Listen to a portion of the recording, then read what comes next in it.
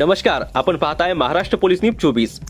धाराशिव परंडा तालुक्यातील लोणारवाडी येथे मंगळवार दिनांक 17 रोजीपासून ज्वारीच्या सुगीला सुरुवात झाली असून परंडा तालुका हा रब्बी हंगामा म्हणून ओळखला जातो। या हंगामातील ज्वारीच्या सुगीला तालुक्यात जोमात सुरुवात झाली असून लोणारवाडीतील शेतकरी मारुती बापूराव जामदारे व बाळासाहेब बापूराव जामदारे यांनी रब्बी हंगामातील ज्वारीला प्राधान्य देऊन पारंपरिक पद्धतीने शेती जोपासून कडबा हा मोठ्या प्रमाणात जनावरांचे खाद्य वैरण वर्षभर पुरवणी लावून यामुळे पशूंचे देखील संगोपन करतात।